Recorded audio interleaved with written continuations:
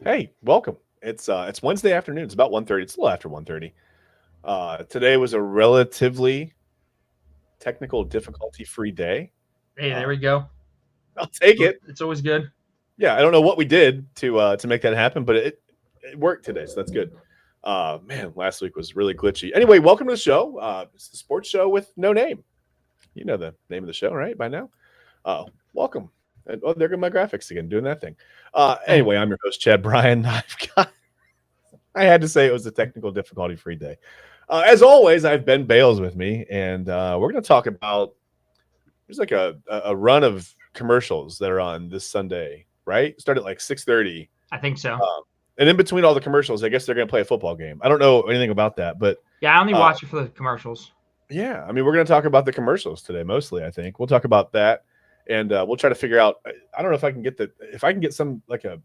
We'll get the guys in the truck working on it because Um, okay, so that was the thing. When I watched the Braves when I was a kid, they would always like give credit to the guys in the truck, right, for finding certain stats.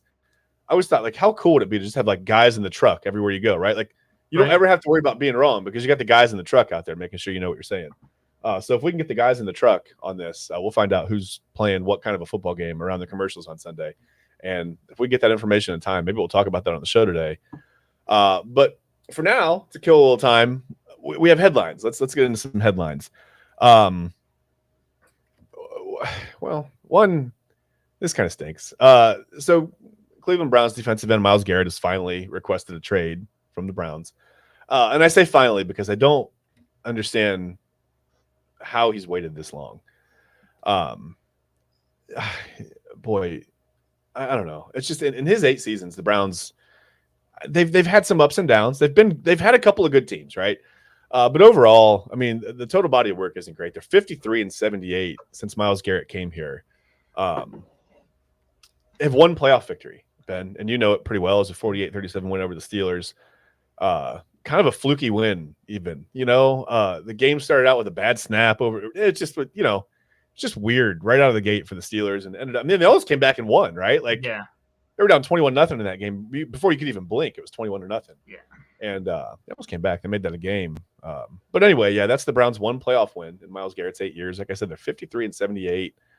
Man, they've seen some really, really bad seasons since he's been here. And I've seen people say, you know, they're just gonna, end up signing him to an extension. He's gonna stay here forever, and it's kind of one of those things. It's like, you know, we had the same talk too after his rookie deal was over. Is he gonna Mhm. re-sign with the Browns? Is he gonna want to stay here? Yeah. And I think those couple good seasons, like you said, Mm-hmm. kind of made him hold on a little bit longer with a little bit of hope. Like, look, like, okay, maybe we can win some games. Maybe we can, make some noise. But then every time they do good the next season, they're 5-12, 4-11, four I and mean, there's no consistency, and it's wild with a coach that has been as even keeled. And I mean, let's face it, Kevin Stefanski's been really good as a head coach. It's sometimes it's what you're strapped with that the yep, results don't always come out. And I mean, I think the 3-14 was pretty much bottoming out for a team yeah, that a lot of people were picking to win the division, to make a deep run to the playoffs, to possibly play in the AFC Championship game. And it just seems so crazy now. After watching the Bills and the Chiefs play in that AFC Championship yep, game this year, the Browns aren't anywhere close to that. I mean, they're just not. It's not yep, like, well, a couple injuries and they'll be right there next year. Like the Lions, you could reasonably assume that the Lions will be back in Super Bowl contention next year. When they're healthy, they seem to be one yeah. of the best They teams. the injury bug finally caught up to them. They You can't It was too escape much. injuries forever. No, it was too And much. But the Browns could have been fully healthy, really, and they yep. still, I think, would have gone And 5 I and just 12, want to 11. I just want to rewind to the beginning of the season when you said the Browns were going to go 5-12. Yeah, I mean, you were close to it. I mean, yeah. It just felt and like one of those step back seasons. I yeah. hate to say it. I don't want to be an I told you so guy. It just felt like it didn't So feel good coming in. let me ask you this: where Hmm. do you think Myles Garrett ends up? Uh it's really man, for some reason my brain keeps telling me he's going to end up in a place like Vegas or like with the Raiders or with the Lions even. I don't know that the See, Lions want to necessarily disrupt I mean, Miles Garrett is not you don't concern yourself with Miles Garrett and any kind of clubhouse chemistry. He's not going to come in and like, be a guy that riles up the chemistry at all. I saw. But Go ahead. no, go ahead. You're fine. I was gonna say I saw a post from Adam Schefter saying that he wouldn't be shocked if all 31 teams call the Browns asking, "Hey, what do you want for Garrett?" I mean, at least kick the tires, right? Yeah. My for some reason, my brain keeps telling me he's going to end up, and I'm going to be really sick about it. He's going to end up in Baltimore. I don't know why. Like, I would. If he ends up in Baltimore, I'm not watching football ever again. I'm done. Man. Okay, will the Ravens finally win some playoff games if they can add? Probably not, because Lamar Jackson can't turn the ball over. Can't stop turning the ball over. Yeah. I heard a crazy stat. 50% of his playoff games, he's had 2 or more turnovers. Okay. You think it's just him trying to do a little too much, like trying to press? But here's the key. Here's the key. Okay. Only 12% of his regular season games he's had 2 or more turnovers. Yeah, it's not that he's not a good player. No. I think it's just sometimes Lamar tries to take on too much himself. He tries to do too much and whatever. I would agree. Yeah. Great player. Anyway, for the record, the Browns have said they have no plans at all to trade Myles Garrett. They're not even going to entertain offers, is what they're saying publicly. And listen, Ben, they have to say that. I mean, if they don't, it completely diminishes the return if they do trade him. Because if every team in the league knows, hey, listen, he requested a trade, now we have to trade him. Yeah.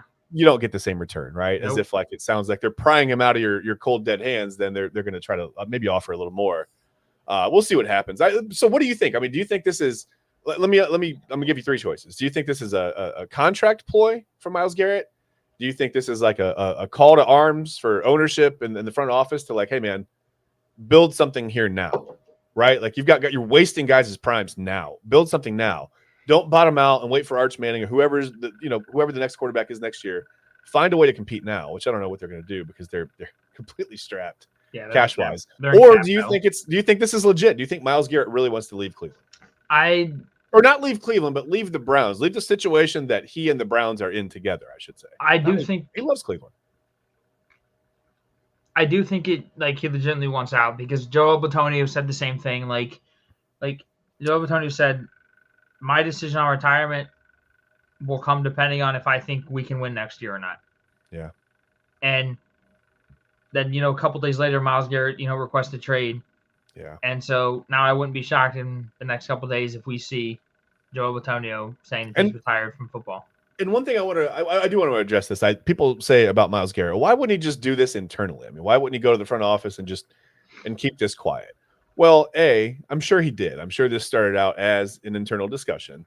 And maybe when it didn't quite hit the way, that he wanted it to hit, I'm sure you have that talk with your agent at that point or whoever's representing you. And you go, hey, listen, my career is almost, we're winding down now. We're coming into we're going on the other side. We're over the hill. Not I hate to say over the hill. He's not old, but you know what I mean? Like, for an NFL career, Myles is on the other side of his career. Yeah, he's almost a decade in. Yeah, the average life is a long time for a guy that takes as much punishment as he does. Double and triple teams, get chipped all the time. And listen, your agent's going to say, "Hey, look, if you truly want to do something, you got to make it public. If they're not going to if they want to address it and they say, hey, we're not going to trade you, make it public and force their hand." Well, anyway, that's where we are. It doesn't make Myles Garrett a bad guy. Listen, I don't think anybody can blame him. The Browns have been an absolute mess since 1999, since they came back. Yeah. They haven't had 2 good seasons in a row. I don't know. It's just a mess. It's a mess. I want to ask you this, though. Yeah. If you're the Browns, you trade him before the NFL draft, right? I would think so. I mean, if you're going to try to move him, that would be the time, or the night of. Yeah. Yeah, because if you truly want, don't get me wrong, Browns have the number 2 overall pick, right? Like you can still get whoever you want there, unless the guy you want. But wait. Here's the thing: do you trust the Browns to not make a mistake there? No, I don't, because they drafted Johnny Manziel number 1 overall. Well, he wasn't number 1 overall. They traded back up for it. Well, yeah, but the thing I was looking at is if I'm the Browns, right, I trade Garrett for the number 1 overall pick. Okay. Who's the number 1 overall pick? The Titans. I asked the Titans to say, hey, are they going to want that 2 back, or are you suggesting the Browns would have 1 and 2 now? No, I think you trade Garrett in the 2 pick for the number 1 overall pick. I think that's probably what the trade would be. I don't think maybe you throw in like a couple late round picks in there, but okay. And so who do the Browns take with that number 1 pick overall? Then who do they have? They have their choice of the litter. Who do they take? That's what I'm saying. Then you can take any of the top guys that you want. Right. And who would it be for you? If you're the guy making me, you're Andrew Berry, you're flipping the switch, you're pressing the button, whatever. Who is it? I'd probably have to say it's tough. See, part of like, and I'm not just saying this because I'm a Steelers fan, but part of me says like you have to try and replace Myles Garrett. Yeah. So I think you're going to say Abdul Carter. Yes. Okay. Yeah. But then I also think that you could get Abdul Carter at 2. Okay. So then, but you don't have 2 anymore. No, but that's the counter argument to my trade is like, okay, but then you don't trade him for the 1 pick. But just hold on to him. Yeah. And get Abdul Carter to bookend him until you can move him. Yeah. Okay. And then, or, maybe you trade him for, a player and like maybe you trade down, get some extra picks this year. Okay. I like the team building aspect of it. Like trade him and start building right away. And, maybe you call some other teams, and see like if they're trying to draft Abdul Carter and where like people think he's going to go. Because that's what GMs do at this time of the year. They're super honest with each other. But like you can't just trade him and not replace him. Like you have to do something. Unless you're planning on bottoming out and going 1-16 and like you have to like Myles Garrett's 1-1. Like it's not fair to Denzel Ward. It's not fair to it's not fair to this defensive secondary and all these guys. It's not fair to trade Myles Garrett and then just go. Like, and I think Abdul Carter gives them the best chance to, like, obviously you wouldn't get the same numbers that you get from Garrett, but Abdul Carter. It's going to take 2 or 3 guys to get that. Yeah, to get that kind of production going forward, it's going to take a group of guys. Yeah, but Abdul Carter's dude's a freak of nature. But I just think that thing is like if you trade him for the number 1 overall pick, they probably draft the quarterback and Shedeur Sanders or Cam Ward because then you don't have to pay him for 4 years. Yeah, I'm against reaching for a quarterback this year. I think Shedeur Sanders is going to be a good quarterback. I think Cam Ward's going to be a good quarterback. I don't think either one of these guys is going to come out and be Jaden Daniels. Me neither. And drag their team right to the playoffs, right? I don't think that's going to happen. Or to the conference championship game. No, if I was the Browns and you trade Garrett for the number 1 overall pick, I think you draft Travis Hunter. Okay. I think no matter what position what do you do with him then? You've already got so many defensive backs. Do you look to move Denzel Ward? Do you look to move Grant Delpit? Do you move some of these guys to make room for a guy like Travis Hunter? Or do you play him at receiver? I think you play him at receiver. Okay. He can't play both in the NFL. No. I know he wants to. Yeah, even though he says he wants to. I don't think. I admire him for it, but I don't think physically he's going to be able to do that. Here's the thing. I don't think you start him out like that. Like say you start him at receiver and he's not playing well, and say one of your corners isn't playing well. Hey, we're moving you to DB for the rest of the year. Yeah. We'll see how it goes. Series out there and see what happens. Yeah. Okay. All right. But you can't put him out there for 90% of the snaps. No, but I also offensive and defensive. What I told my dad is I think it's kind of one of those things. It's like, hey, look, like, hey, we like Travis Hunter better against this guy. Let's put him out there while he's out there.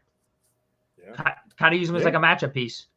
I mean, hey, nothing wrong with that. Or like if there's a cornerback that they're like, hey, we like Travis Hunter's abilities against this guy better. Let's throw him out on offense. Yeah. Or if he shows propensity as a slot receiver to go be like a Wes Welker kind of guy.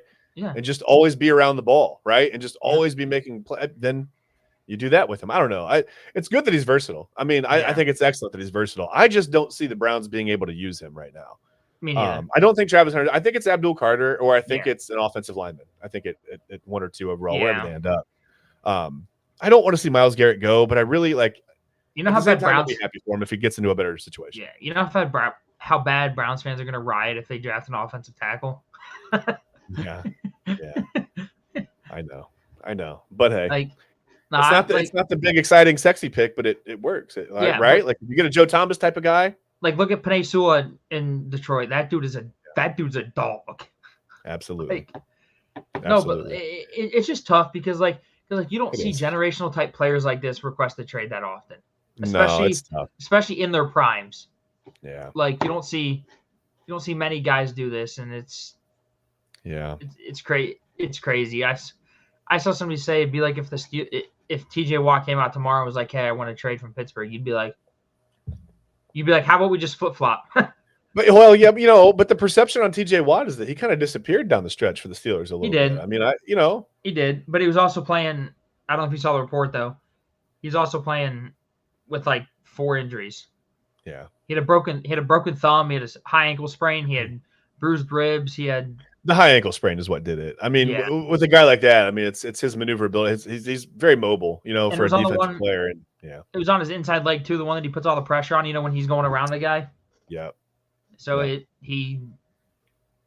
If you've never had a high ankle sprain, it's probably one of the most painful injuries that you can have without. Yeah, it's the painful. fact that he was even like. I saw a report saying that like he wasn't even practicing at the end of the year. Like he was just they're just like, hey, you're TJ Watt. We're just gonna throw you out there on Sunday and. Yeah, if that's the case, totally fair. I mean, I think everybody understands that TJ Watt's a good player. He didn't just forget how to play football, right? Yeah. Yeah, maybe they just swapped him. Who knows? That's why he pulled out of the Pro Bowl was because of all these injuries. He wanted time to recover. Plus, the Pro Bowl is awful. But I don't even watch the Pro Bowl. It's dude, awful. Did you watch? It's unwatchable. Did you watch the mini games? No, dude. No. So there was a section. I turned it on for like 5 minutes, and I was like, I'm just. There was a section where they had to make a diving catch onto this pad, right? Okay. And they shot out of one of those, like where you put the ball in and you press. Yeah, the jugs gun. Yeah. Yeah, the jugs machine. Yeah. Dude, the person controlling the jugs machine had this thing set for like the mat was like like normal size mat, Yeah. I forget how big they said it was, and the guy was launching it like 30 feet over the back side of the mat, and the players are diving, and the ball's not even in the screen, and they're all looking at it like. Probably should have done a test run on that before they put that on TV live. But the thing is, they didn't adjust it either. Like all 6 guys went, and the ball's just all 6 times goes over the. Me and my dad sitting there like. Unwatchable. Like the fans are getting up looking at him like what are we doing?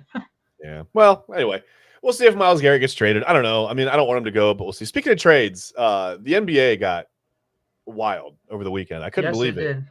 I saw like really late Saturday night or early in the Sunday morning. I can't remember exactly when I saw it on my phone. I thought it was. I kept like going to different like guys, right, that I follow on Twitter and be like, "Is this legit?" Like, okay, well, Shams is reporting it. This guy's reporting whatever. Somehow, some way, the Mavericks pulled off a trade. I don't get it. They trade Luka to LA for Anthony Davis. Completely shocking. Supposedly, even LA's assistant GM guy by the name of LeBron James didn't know this was coming. He says, if you believe this, they believe any of this at all. He's out at dinner with his family, and he got the call or the text or whatever he got. Maybe a social media post. I have no idea how he found out about it. I can't remember, but he says that's how he found out about it. He had no idea Anthony Davis was on the move. He was on his way out of there. And for the Mavericks, I just don't really understand. I mean, I guess it's not a bad short-term solution for Dallas. It's not. But I mean, now LA said, I mean, you'd think you would want to hold on to a guy like Luke. He's a generational talent. Were they really that upset with his conditioning that they just shipped him out of there overnight and said, we're done? See, this thing is, me and my dad are saying like there has to be more to it that hasn't been released yet. Yeah. But supposedly he did not request a trade, so it's not that. Yeah. The more and more I think about it, though, like, don't get me wrong. Both teams obviously, benefit from this trade. Okay, but yeah. The more and more I think about it, the more and more I think the Mavericks won this trade. Okay. Hear me out. Interesting. Okay. Because, one, the Mavericks go from a bottom half defensive team with Luka to now you had Anthony Davis, who's one of the best defenders in the league. Yeah, I'll give you that. Luka doesn't play really any defense. I'll give you that. Like I told people, I said what? I said, how are you expecting the Lakers to beat all these top powerhouse teams when you're playing 3-on-5 on defense? LeBron doesn't play defense at 40 years old. I can tell you that. He has one good defense. You have to conserve some energy, I think, at our age. Yeah. No, but like, age, but he has one good defensive possession a game, and it's like a chase. I don't play defense on my kids. I let them do whatever they want all day, and then at the end of the day, I'm just like, whatever. If I score, I score. Right? We're fine. Yeah, and people are like, oh, LeBron plays elite level defense at 40 years old. LeBron hasn't made an all defensive NBA team since 2012. Yeah, there is that. Like the last time he was even close to an all NBA defensive team was that 2016 year. Okay, so now how do the Lakers beat top teams without playing any defense? Scoring 150 points a game. I mean, possible, right? But does I also LeBron have the energy to go with Luka like this? I think Anthony Davis and Kyrie are kind of intriguing, to be honest with you. But that's what I'm saying too. Like you add, and Anthony Davis has always said he plays better as a 4, which I agree with. You look at his numbers as a power forward compared to a center, and he is statistically way better as a power forward. You put him on this Mavericks team now with Daniil Gafford at center, and you let Davis run the 4, and you still have Klay Thompson, who yes, he struggled. He can still shoot the lights out of the ball. Yeah. You got Kyrie Irving, one of the best ball handlers in NBA history. Yeah. Like, yeah. Don't get me wrong though. True. Lakers are good. I mean, you got a 25-year-old superstar, like a generational type talent, but you're playing 3-on-5 on defense. Like how you like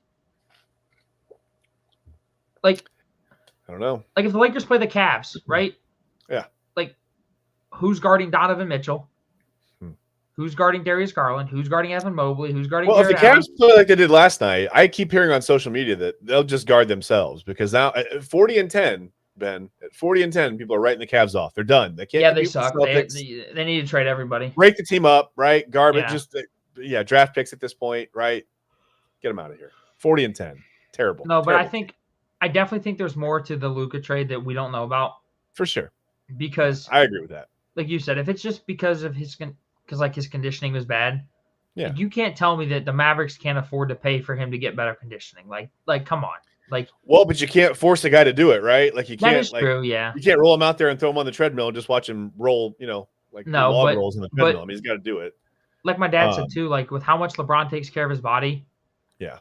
My dad's like, I wonder if like LeBron, be able to tell him like, hey, look, like you stay in shape, like you could play for, another 15, 16 years. Or maybe Luka doesn't have that drive. Maybe he's just like, hey, man, I want to do my 10 or 12 years and get out of here. You know what I mean? But like Shaq said. But I get the point. He's a positive influence. I get the point, sure. Like Shaq said on TNT last night, Shaq was like, LeBron has LeBron has a funny way, of kind of like saying stuff that kind of gets to you. He's like, hey, Luka's like, hey, I'm gonna go eat the cheeseburger. And LeBron's like, no, how about you come out to this healthy sushi place with me? Right. And it's kind of like one of those things. Is like, no, don't eat that. Like, come eat this with me. Put this healthy stuff in your body. Like if you see LeBron reminds me of like when you watch like a mob movie, right? Yeah. And like the boss says something without saying it. Yeah. And everybody knows, right? Everybody knows the underlying message. And you do what's like. Have you seen it's coming? Did you see the clip of last year when the Mavs GM took that beer from Luka? No. You seen that clip? Oh my gosh. No. Luka's sitting there drinking a beer out of a can. I think it was after they made it to the finals. Okay. And then Mavs GM I wanted it to be on the bench so bad, like during a timeout, but okay, that's fine. No. The Mavs GM walks up, kind of like daps him up, kind of gives him a handshake, and then just like subtly takes his beer, and Luka's like, "Hey, like what? Like, what are you doing?" My beer, I get it.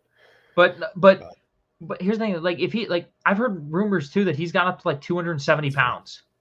All right, you got a Cavs trade. You were talking about a possible Cavs trade. What was that? Speaking of the trade, because the trade deadline is tomorrow, right? The NBA is tomorrow. I think so. Yeah. Isn't it? Yeah. Is that right? Oh, okay. Yeah. Thursday. Or is it next Thursday? Tomorrow or next Thursday? It's tomorrow. Okay. I've lost track of time. I'm sorry. I told you since New Year. I actually really since we did the time change thing, and I don't think I've known what day it is since. So let's find out. Gotta have a calendar in front of me. But yeah, you had a possible Cavs trade. You talked about Karis LeVert for who did you say? DeAndre Hunter. Okay. How do you think that helps the Cavs? I think it helps the Cavs because. Sorry, I know you're doing other things over there. I think it helps the Cavs because, yes, Karis LeVert's good offensively and he's a good bench piece, but I think DeAndre Hunter is a more well-rounded player. Yeah, probably a better scorer. He plays more. I wouldn't say he plays. Well, I will say he plays better defense. The numbers probably won't say it, but defensive rating, which is what a lot of people look at if you go deep into numbers. Yeah, he's ranked 118th, and his defensive rating is 118. Well, I think a lot of that too. Be careful because I think a lot of that is who you're asked to cover, right? Like who you're asked to guard and who the matchups are. So, the formula for it is like how many stops per like 100 possessions or whatever like that. Yeah, and it's based off like guarding 1 through 5, like everybody on the court. Like if you get switched onto a big, how many points you score. And just to put this into perspective, George Niang, or the highest player on the Cavs right now, is I think Sam Merrill at 115. Okay. So you put DeAndre Hunter on this team, he's automatically has the highest defensive rating on the team. Okay. So, All right. and I mean, That's he's something they averaging, need, right? I mean, defense has been lacking with injuries, and he's averaging 18. He's averaging 18 a game. You know, he's a little lengthy. He's 6'8", 225.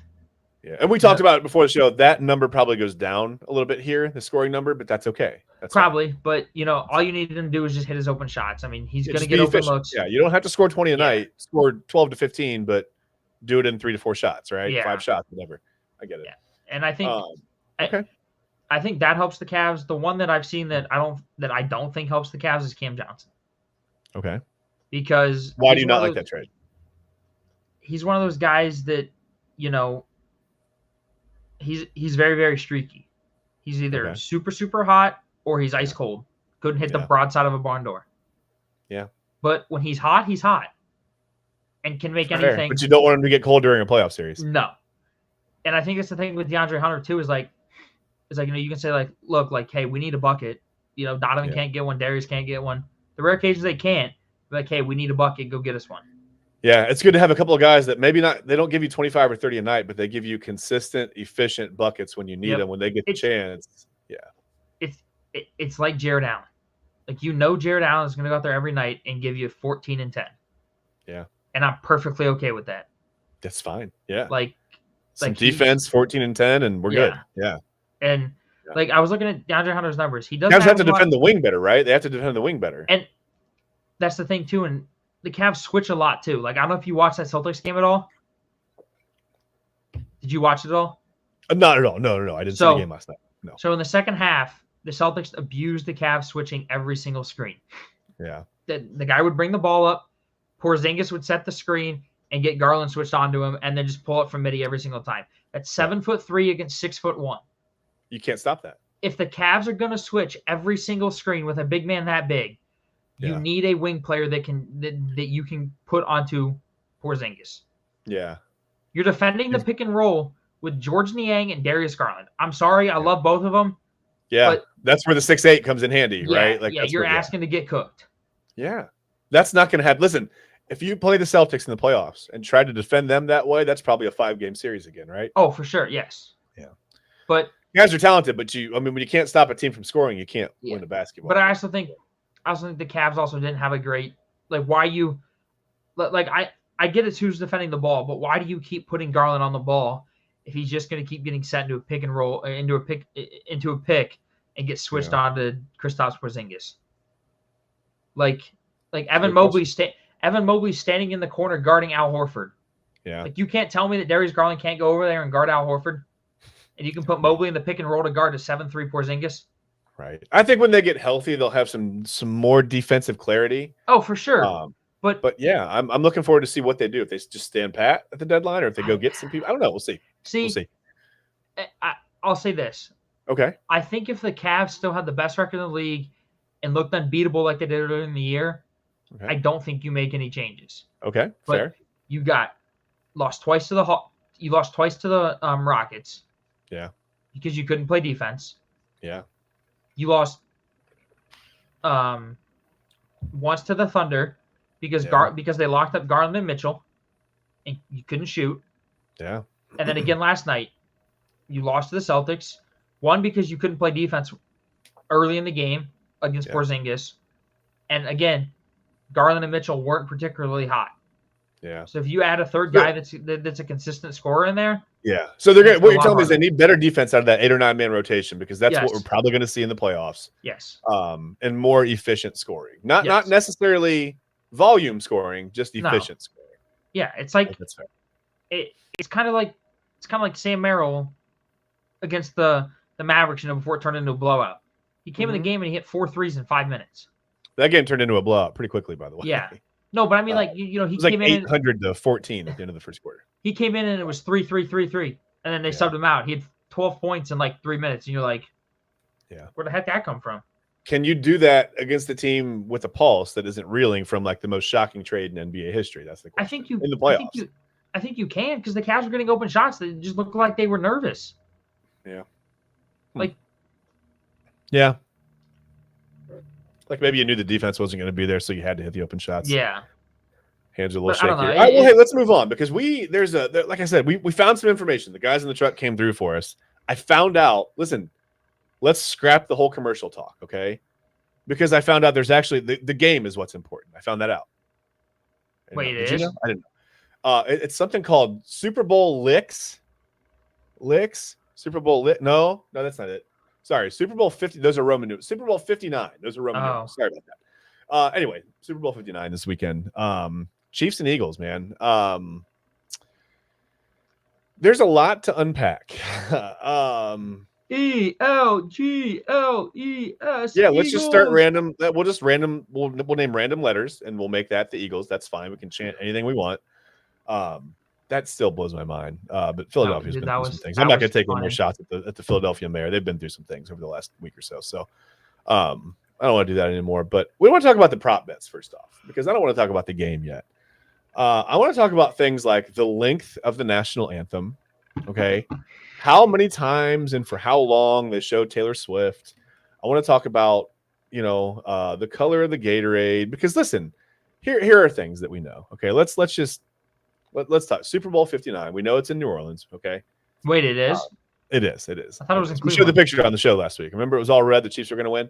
The Chiefs are currently, or at least they're 1.5. They're 1.5 point favorites. The last time I looked, I don't know if that betting line has changed recently at all. Over under 48.5. So we're not expecting too high of a scoring game. But here are the things that we know will happen. Okay, I've got 3 things, Ben, that we know are going to happen. I'm listening. No doubt. Patrick Mahomes. Okay. At some point during the game, he's going to benefit from some type of call from the officials. Oh, for sure. It's not even going to happen. It's a known commodity. Try not to yell at your TV. It's probably not a conspiracy. The league protects superstar quarterbacks. Patrick Mahomes is that. Number 2, this is an important one. The halftime show is going to divide people on social media. Okay. I don't know why people can't just let it go. Like when they see an artist that they don't necessarily often listen to or whatever, I don't know why they can't just go, okay, well, let's see what this is all about. That's what I do, right? When they have acts that I don't really know as well, I don't go on social media and go, I'm not watching the rest. It's ridiculous. Anyway, so prepare for that argument locally and nationally in comment sections everywhere. The Chiefs are still 1.5 point favorites. Coming to a comment section near you. Trust me. The Chiefs are still 1.5 point favorites. Okay, cool. I don't care about that. Hasn't changed. I don't care anymore. And the third thing that we know is going to happen, Ben, we know they're going to show Taylor Swift. Okay, maybe not because it's Fox. Who knows? They seem to have a thing against Taylor Swift. Anyway, but they will show her at some point. It's going to happen. It's good TV. Especially when Travis Kelce scores the game. Hold on. Just wait. Just please wait. I want to explain something, okay? Because showing Taylor Swift during the Super Bowl is not going to ruin your Super Bowl watching experience in any way. Okay, she's not going to be literally shoved down your throat. I've seen that comment. They always show celebrities. They go around. They show celebrities a lot. The less than 2 minutes of total TV time that she gets will not keep you from seeing anything worth missing during the Super Bowl. Yeah, I mean, I guess if you like Andy Reid, hiding behind a Waffle House menu and calling plays, then maybe you'll miss 30 seconds of that at one point. But really, all you're going to miss is like what fans looking either excited for their team or concerned about the $15K they dropped to get to the Super Bowl. That's really it. We're not going to miss anything. It's going to be a quick, jaunt up to the luxury boxes and then back to the game. They're not going to like go away from any plays. So other than this, I really don't know what will happen, but I do know that those 3 things are going to happen.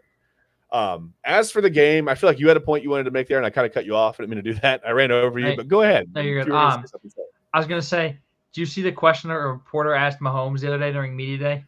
Mm-mm. He said, was it Jameis Winston? No. He's been doing interviews, and I want to watch them. Dude, those are hilarious. Oh my gosh, man! But they're like, so you've come up, around a lot of great people and players throughout your career. Who's your favorite referee? What did he say? I didn't listen to the whole video, but he kind of just like chuckled and just like. I know he was just like, "Come on, man! Yeah, that's funny. That's funny." Well, Ben, I mean, I don't know. I mean, we'll get into our score predictions eventually. I don't want you to give anything away, but how do you pick against Mahomes and the Chiefs and Andy Reid here? You forgot to add the refs to that too. Well, I did forget to add the refs. You're right. There are definitely going to be referees on the field who will be possibly wearing Chiefs jerseys. We don't know that. But I mean, listen. I mean, they have all the momentum, right? They can shut down Josh Allen. They're good to go, right? I mean, not necessarily. How are they going to stop? The Eagles still have Saquon Barkley. They do. How are they going to stop the tush push? I don't know. The power of the tush push. I don't know. People are going to be pushing tushes, and I don't know how you stop it.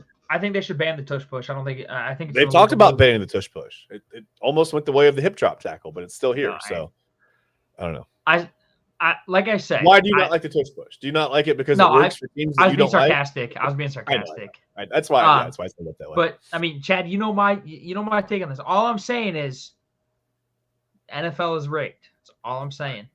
All right. Like, look at the color of the logo, green and red. Okay, listen. Chiefs Eagles. You say it's rigged. That means you are expecting what to happen exactly. So we'll talk about at the end of the show. I have something for you before we get out of here. Okay. I have something for you because I just whatever. We'll set that up in a minute. But anyway, back to the Eagles. They have Saquon Barkley. I want to talk about though some of the Eagles' keys to victory. And why do my graphics keep going away? Stay with me, graphics. Stay on the show. Technical difficulties. Listen. Barkley's health. Is he okay? Is he going to be okay? I think he's okay. But listen, he's had 451 touches this year. That's a ton.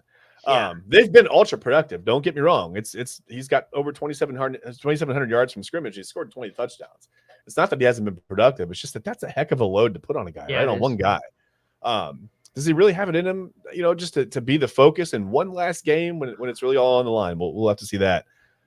He may just have it though, because listen to this. In the last 2 games, I don't know if you realize this, he scored 5 touchdowns and averaged almost 8 yards per carry. Against presumably some of the best defenses you'll see, although the Commanders' rush defense, it wasn't really great this year, but at times. 7.9 yards per carry and 5 touchdowns in 2 playoff games is wild, though. So the Chiefs are going to have to stop that. We know the Chiefs have been so good in close games. So what do you do about that if you're the Eagles? Well, I think you try to run Saquon Barkley all over the place early, right? Like you try to you keep their offense off the field. You keep the Chiefs' offense off the field. You try to get as much of a lead as you can, and you want to keep running the ball with Saquon Barkley. You don't necessarily want to get into a situation where you make Jalen Hurts have to throw to win the game, right? So, yeah, I think that's some of the basic keys for the Eagles. I think it's going to be Saquon Barkley, and more Saquon Barkley, and the running game has to be as good as it's been. Ben, as far as you, would you think, okay, if the Eagles are going to win this game, they have to do X, Y, Z, or just X, Y, or just X? I don't know. Give me at least one thing the Eagles are going to have to do to win the game. I think Saquon Barkley has to be efficient, like you said. Yeah. I think he has to be the Saquon Barkley that he's been all year. Yeah. You're going to need Hurts to make some big plays. Yep. You're going to need him to convert, some third downs, some fourth Which he's downs. done. He's had a really nice postseason. Yeah. We talked about it last week. He's been really good in the postseason.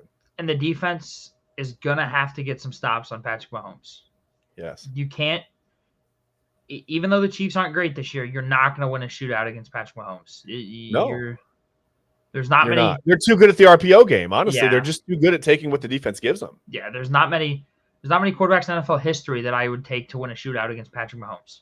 Yeah, and also that's why they're so good in those close games, because they're just so good at getting that 4 or 5 or 6 yards that the defense they don't really get a ton of plays down the field. They're not he's not throwing, but they're just moving the football, and that's fine. And that's fine. And if you're the Eagles, you gotta find a way to stop that. Okay. You gotta force them to drop passes. Incompletions, maybe some interceptions, fumbles. Which the cast of guys that the Chiefs have catching passes, listen, they're getting up there a little bit in age. That could happen, but they could also make some plays. So now on the other side of the coin, the Chiefs' keys to victory. My apostrophe is in the wrong place. I apologize. That's terrible quality control. Sorry about that. The guys in the truck are going to hear about this one, okay? Because that's who does. It's not me. It's the guys in the truck. Whoever they are, we got to get a new truck. All right, maybe some new guys. It doesn't matter. Whatever. Listen, like I said, Patrick Mahomes is really just one of the best quarterbacks in the league when things break down, right? Yes. When things go wrong, he can scramble, right? He's got the ankle issue. He always has a high ankle sprain looming, right? Maybe some of that is theater. Maybe some of it's real. I'm sure a lot of it's real, but he's not necessarily a threat to run, but maybe in the Super Bowl he is, because he's got the whole offseason. He's not so worried about the ankle, especially later in the second half. Yeah. He can scramble, he can get loose, and like I said, the RPO game, he just takes what the defense gives him, and he's really, really good at that. And the Chiefs have a bunch of guys that are good at they have that nuance is key, right? Like you have to know where to go and where to be and when to be there for your quarterback. And based on different, the Chiefs are really good at that. Do you think Travis Kelce is going to be a factor in this game? I do. Okay. I do. Okay. Because it's the Super Bowl, and they've always said, they always say, a tight end is a quarterback's best friend. Yeah. And the Chiefs have the Eagles have some really, really good corners. Yeah. And I think it's kind of one of those things where you might see, like Cooper DeJean matched up against, Travis Kelce, because they run a lot of three cornerback sets. Yeah. And sometimes the Chiefs only, run two receivers, and Kelce's out in routes. Yeah. And if that's the case, I think Kelce's just going to do what he always does: find the open space, call for the ball, get the ball, and make a play. Yeah. Okay, that's fair. I mean, they're really good at it. They're really, really good at it.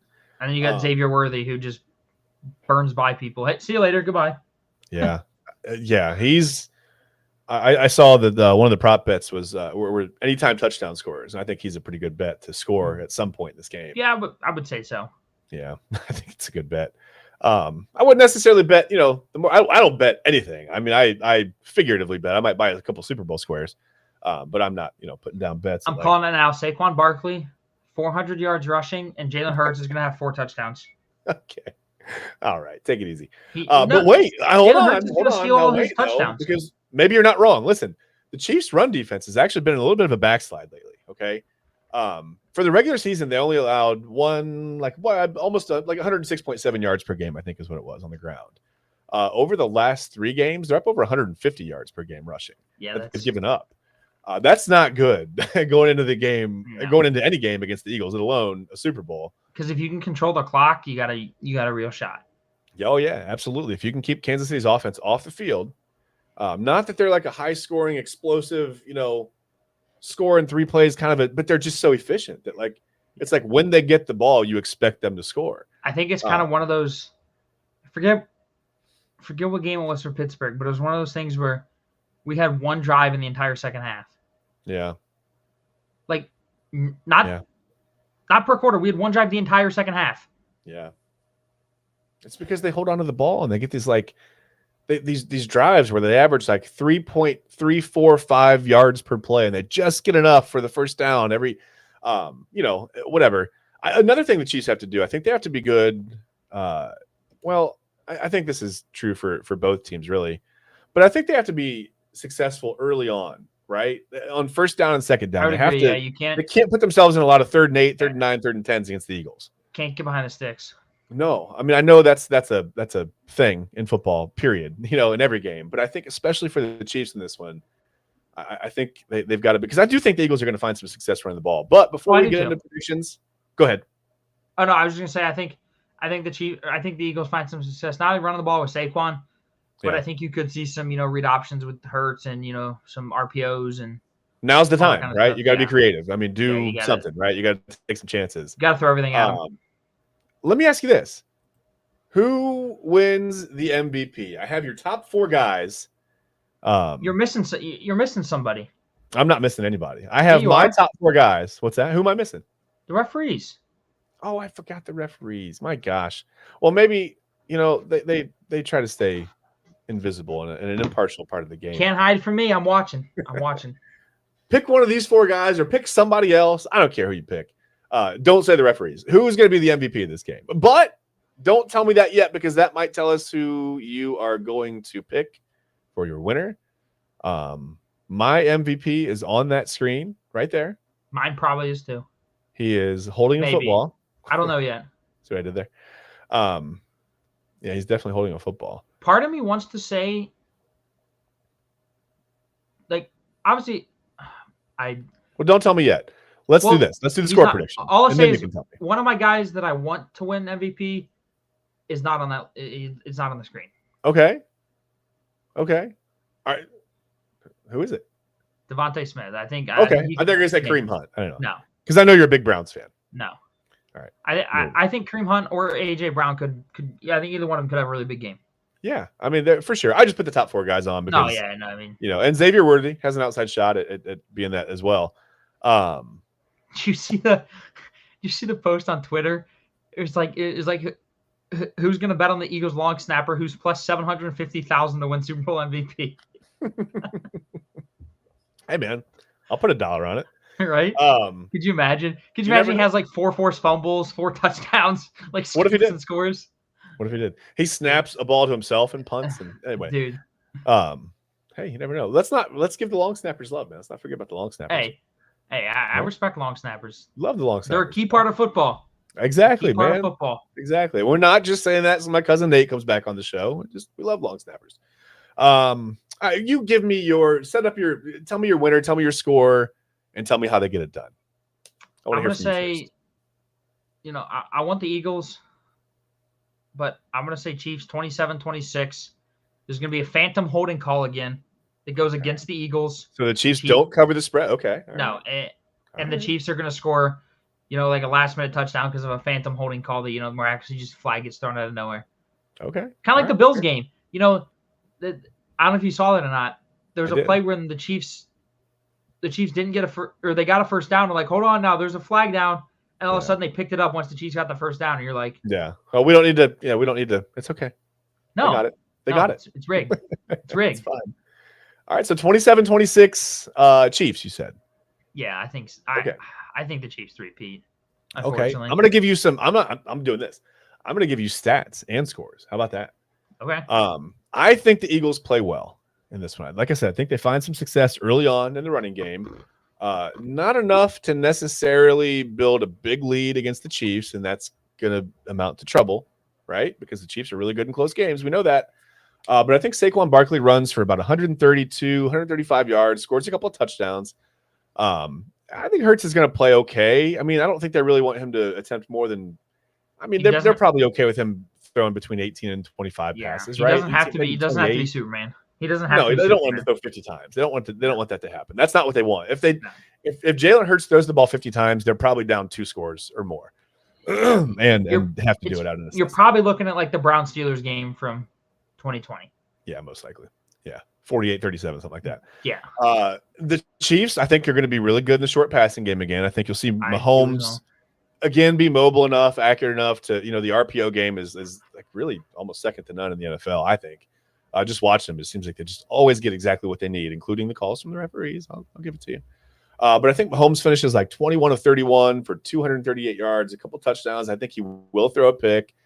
We talked about the corners for the Eagles, the defense, just the pass defense in general. I think Mahomes, he's human, man. He's going to try to force one in somewhere where it doesn't belong, maybe out of frustration more than anything. It's going to get picked. That's going to happen. Can we give Super Bowl like MVP to a defensive coach? We can do whatever we want. It's our show. I was going to say, who's going to tell us that? Because I was going to say, obviously, I don't think it'll be nationally recognized, but we can say and do whatever we want. Obviously, I think Mahomes, even if Mahomes plays, a below average game, he's probably going to win Super Bowl MVP, right? Yeah. But unless somebody has like 11 catches for 200 yards and 3 touchdowns. Yeah. But if the defense gets, a clutch stop like they did against Buffalo, where, on a key 4th down, they blitz 7 and we're able to, make Mahomes or make, Allen throw off the back of his foot. Like Steve Spagnuolo, like that dude is one of the best for a reason. Like he's don't get me wrong, the Chiefs have good players on defense, but that dude knows what to call, when to call it. Yeah. How long has Chris Jones been good? I mean, my goodness. Forever. It's unbelievable. We're just talking about the Chiefs defense. And let me ask you this. If the Chiefs do win this game, I'm not saying that's what's going to happen because I haven't given you my score prediction yet. If they do win this game, where does that put Andy Reid on the all-time discussion of like the best coaches in NFL history? I think he solidifies himself as the best ever. I mean, goodness, man. He's got a couple things coming up where he's chasing a couple records now.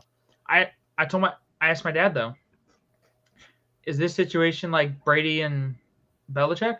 Like, is Mahomes going to be good when Andy Reid decides to hang it up? I don't know. Is it the offense? Is it the fit? Is it would one of them not be good without the other? Is it just that they have to be together? Well, anyway, I think the Eagles will play well. Like I said, I think they'll find some success. Wow, that almost got bad. Early on in the running game, that was close. I think they will execute that game plan for the most part. I think the Chiefs keep it close. That's going to be trouble for the Eagles. Andy Reid and Patrick Mahomes are just like they're lethal together, right? And the Chiefs just always seem to find a way to get it done. We talked about it. 11-0 this year in 1-score games. They've won 16 straight one-score games. I expect this to be another one-score game, and I don't think that trend is gonna. I don't think it's gonna change. I think the Chiefs win this one 30-24. I think they've become the first team to three-peat in Super Bowl history. Wouldn't surprise me if they three-peat, and then you see Andy Reid retire, and then you see Travis Kelce proposing to Taylor Swift, and then I don't think Andy Reid's going to retire. I think he's got a couple things coming down the pike that he wants to accomplish before he retires. I could see Andy Reid being there for another 3 or 4 years. He's going to open his own cheeseburger store. Absolutely. I think if he does, I think the menu should look exactly like the play call sheets. I agree. Yeah, absolutely. And you got to wear a headset, and you like talk to the. Yes. Yeah. You have to call your play, right?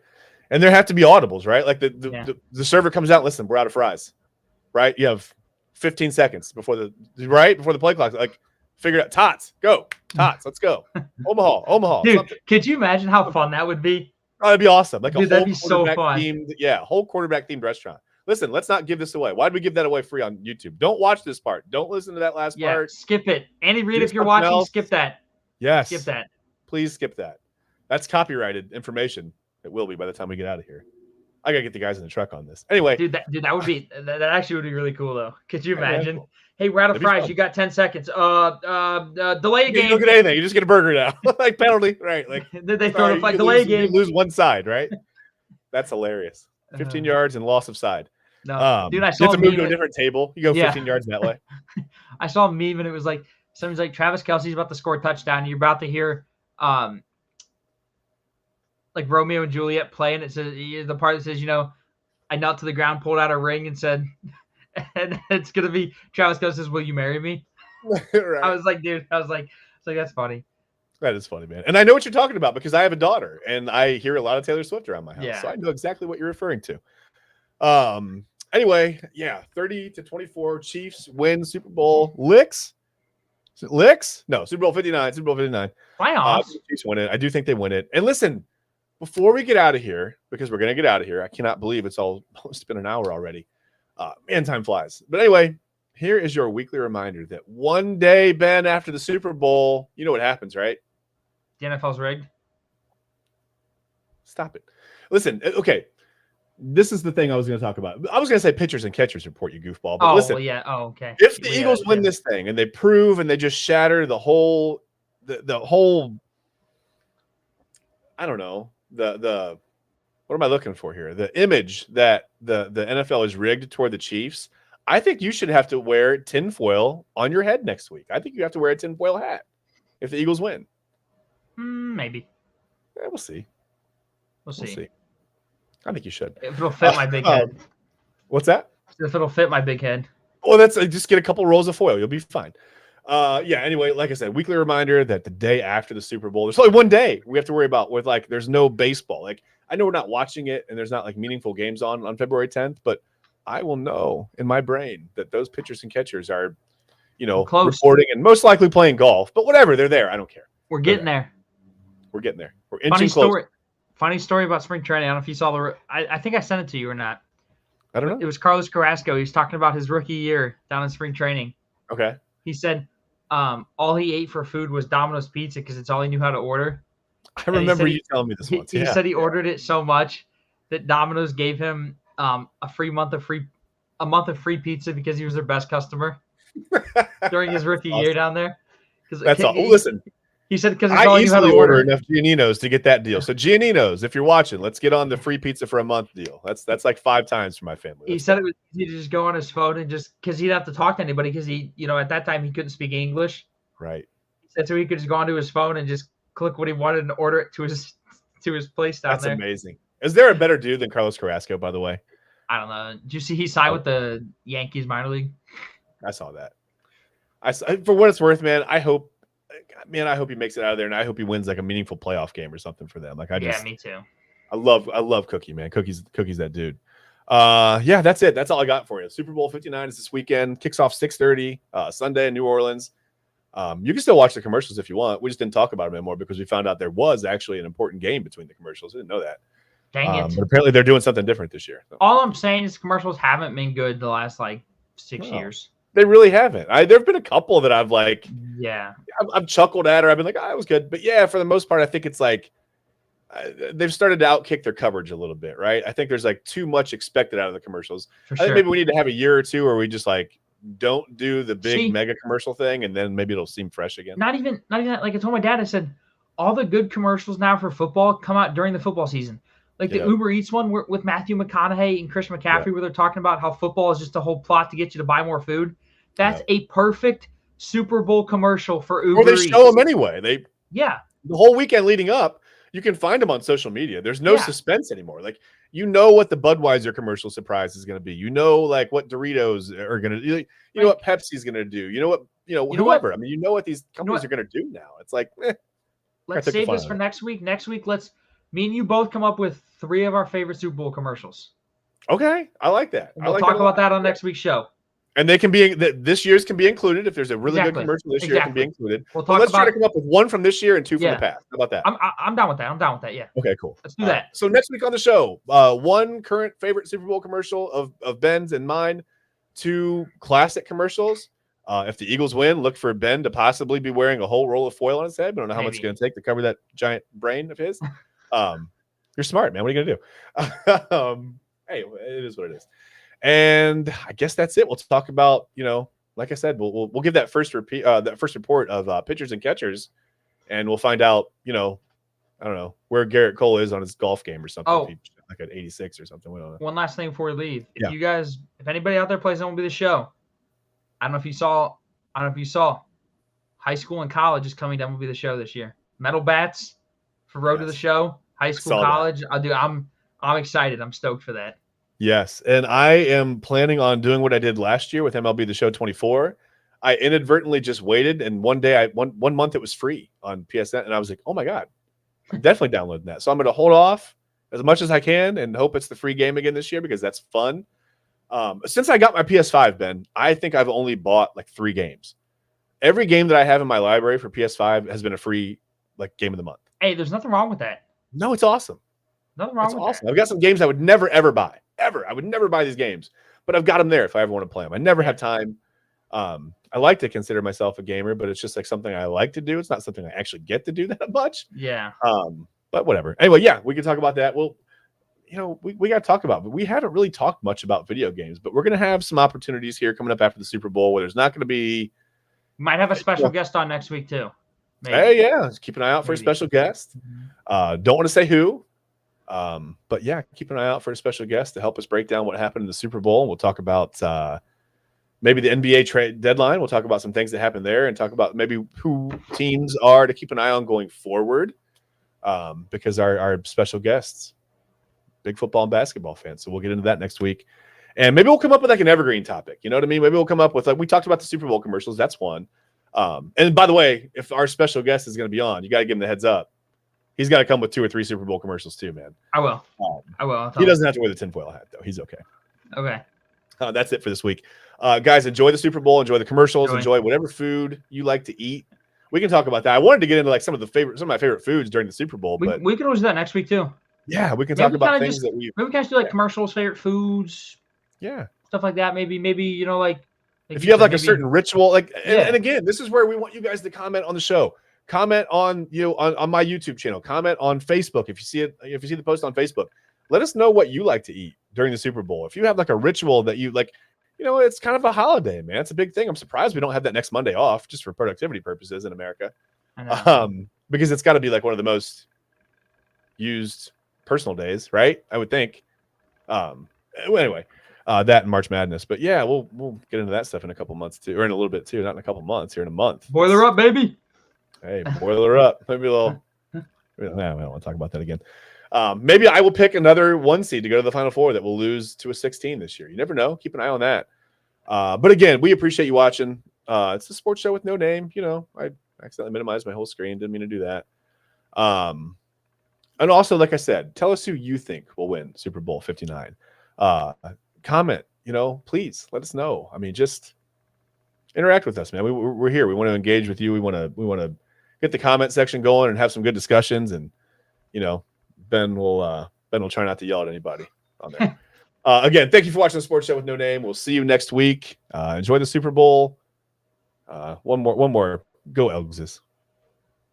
E L G L E S.